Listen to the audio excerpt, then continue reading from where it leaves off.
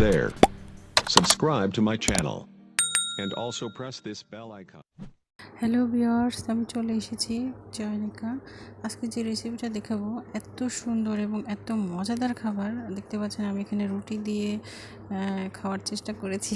আসলে আপনারা না করলে খেতে পারবেন না। তো চলে যাই আমরা আসলে রেসিপিটা দেখি আমি কি তৈরি করেছি এটা। তো এখানে দেখতে পাচ্ছেন এখানে আমি কাঁঠালের বিচি নিয়েছি কিছু এবং সয়াবিন নিয়েছি, আর তার সাথে নিয়েছি কিশমিশ এবং কাজু বাদাম 10 থেকে 12টা, আর এখানে দুধ নিয়েছি 1 কাপ, এখানে পেঁয়াজ কুচি, রসুন কুচি এবং আদা জিরে বাটা।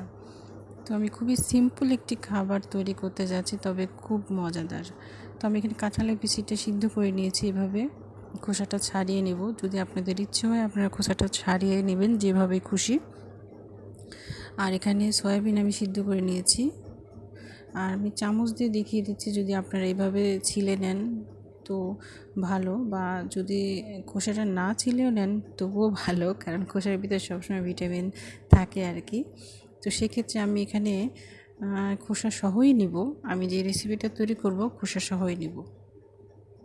তো বন্ধুরা, যারা এখনও আমার চ্যানেলটি সাবস্ক্রাইব করেননি অবশ্যই আমার চ্যানেলটি সাবস্ক্রাইব করবেন, আমার পাশে থাকবেন এবং আমার রেসিপিগুলো কেমন হয় আমাকে প্লিজ জানাবেন। তো আমি এবার চুলোতে চলে যাচ্ছি। চুলোতে আমি তেল গরম বসিয়েছি এবং সয়াবিনগুলো হালকা লবণ দিয়ে আমি মেখে ঠিক মাছের মতো ভেজে নেব, হলুদ লবণ দিয়ে হালকা।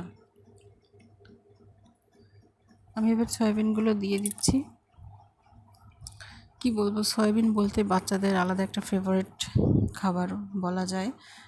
যেমন আমার মেয়েও পছন্দ করে, সয়াবিন হইলে তার আর কিছু লাগে না, এতটাই তার প্রিয় খাবার। তো আমি সবসময় চেষ্টা করি বাচ্চাদের আসলে পছন্দনীয় খাবারগুলো দিয়ে নতুন নতুন কিছু রেসিপি তৈরি করার। তো আমি এখানে ভেজে নিয়েছি হালকা করে, দেখতে পাচ্ছেন আমার ভাজা হয়ে গেছে, আমি তুলে নেব। এবার আমি আবার তেলটা দিয়ে দিচ্ছি পরিমাণ মতো, যেন পরবর্তীতে না দিতে হয়। আর আমি এখানে তেলের ভিতরে কি দিয়েছি, খুব সামান্য, তেমন কিছুই না, মরিচ, শুকনো মরিচ এবং জিরা, আর আমি 3টা গোটা রসুন নিয়েছি। এগুলোর খুব আলতো আছে ভেজে নেব, আমি সবগুলো ভেজে নেব। সাথে আমি কাঁচামরিচ দিয়েছি কিছুটা স্বাদ মতো। এবার আমি হালকা আঁচে ভেজে নেবার পর আমি এখানে একে একে সবগুলো মশলা দিয়ে নিব, হলুদ, লবণ, আদা বাটা, জিরে বাটা, মশলাগুলো আমি দিয়ে কষিয়ে নিব। আমি এখানে বাইরের তেমন কোনো মশলা ব্যবহারই কিন্তু করিনি, ঘরোয়াভাবে আসলে আমাদের যেগুলো থাকে সেগুলো দিয়েই করার চেষ্টা করেছি এখানে। তো এবার আমি এখানে কিশমিশ এবং কাজু বাদাম বাটাগুলো দিয়ে দিচ্ছি, পেস্ট করে নিয়েছিলাম। আমি এরপরে দুধ দিয়ে দেব।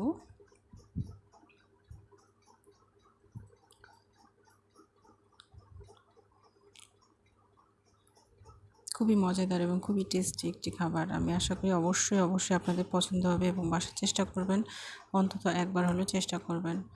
আর আমার চ্যানেলটি সাবস্ক্রাইব করতে কেউ ভুলবেন না। আমি এবার ভালোভাবে কষিয়ে নিচ্ছি সবগুলো দিয়ে।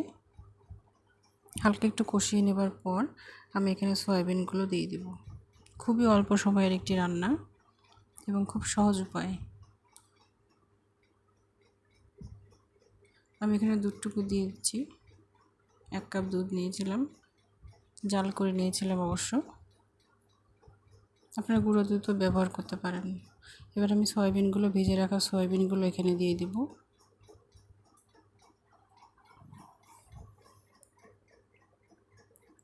এরপর আমি আবার নেড়ে চেড়ে নিয়ে একটু হালকাভাবে ঢেকে দেব।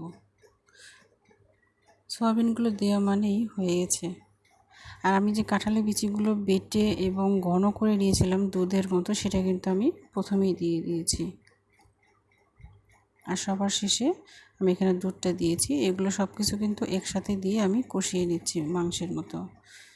কষানো বলতেই হয়ে গেছে, কিন্তু প্রায় রান্না শেষ। আপনার কাঁঠালের বিচিটা ব্লেন্ডারে পেস্ট করে নিতে পারেন। আমি পাটায় বেটে নিয়েছি, বেটে নিয়ে গুলিয়ে নিয়েছি দুধের মতো করে, হালকা একটু পানি দিয়ে। আমি কিন্তু এখানে কোনো পানি অ্যাড এখনও করিনি।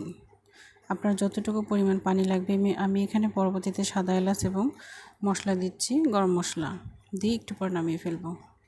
ঘি এবং একটু চিনি দিয়ে নামিয়ে ফেলে পরবর্তীতে কষানো হয়ে গেলে।